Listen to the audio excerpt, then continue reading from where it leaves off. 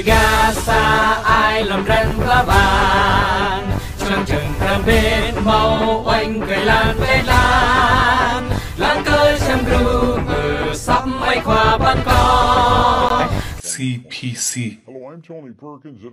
Việt Nam vừa bị Ủy ban Tự do Tôn giáo của Quốc hội Hoa Kỳ chỉ định là quốc gia cần quan tâm đặc biệt. Báo cáo của Ủy ban Tự do Tôn giáo của Quốc hội Hoa Kỳ, gọi tắt là USCIRF,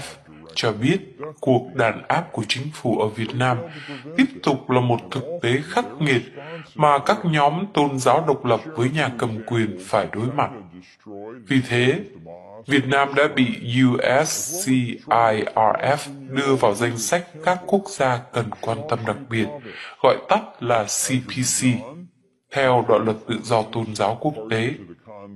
Vào năm 2021, các vi phạm tự do tôn giáo vẫn tiếp diễn ở Việt Nam. Trong báo cáo về tình trạng tự do tôn giáo ở Việt Nam vừa được công bố, USCIRF đã cho biết bản cập nhật của USCIRF cung cấp một cái nhìn tổng quan về tình trạng tự do tôn giáo ở Việt Nam trong năm qua. Báo cáo cho biết, mặc dù có các cải tiến đáng kể so với pháp lệnh tôn giáo trước đây, vụ giết hại một linh mục tại Kon Tum cho thấy luật tín ngưỡng và tôn giáo năm 2018 của nước này vẫn còn hạn chế về bản chất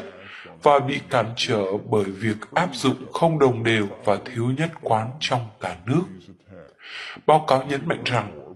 ngoài ra, các nhà chức trách tiếp tục bắt các tín hữu và những người ủng hộ tự do tôn giáo phải ngồi tù dài hạn, và một số người cho biết sức khỏe ngày càng xấu đi do liên tục bị ngược đãi và hành hạ trong tù. USCIRF là một tổ chức chính phủ liên bang độc lập, lưỡng đảng do Quốc hội Hoa Kỳ thành lập để giám sát, phân tích và báo cáo về tự do tôn giáo ở nước ngoài.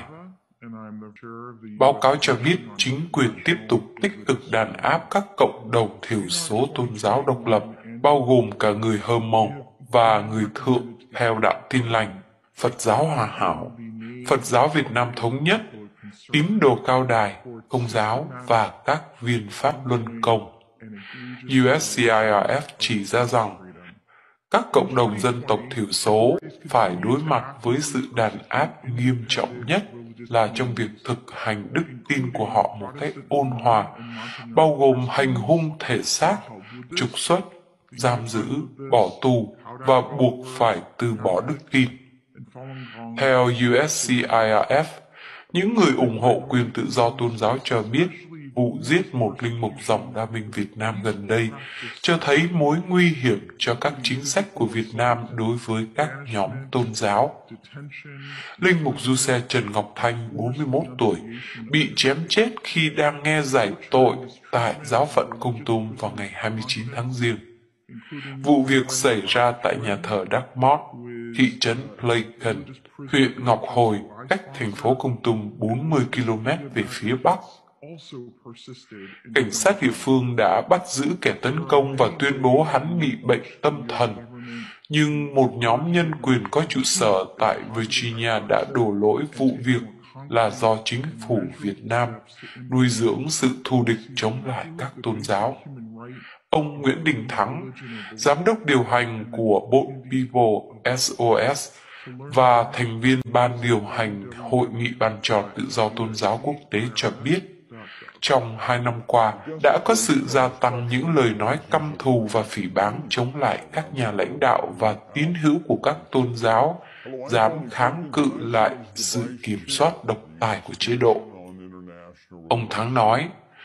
không nghi ngờ gì, điều này đã góp phần vào việc gia tăng bạo lực thể xác đối với các nhà lãnh đạo tôn giáo. Ông Thắng cho biết như trên khi kêu gọi USCIRF thúc đẩy việc truy tố theo luật chống phỉ báng của Việt Nam đối với những thủ phạm có lời nói căm thù được chính phủ hậu thuẫn.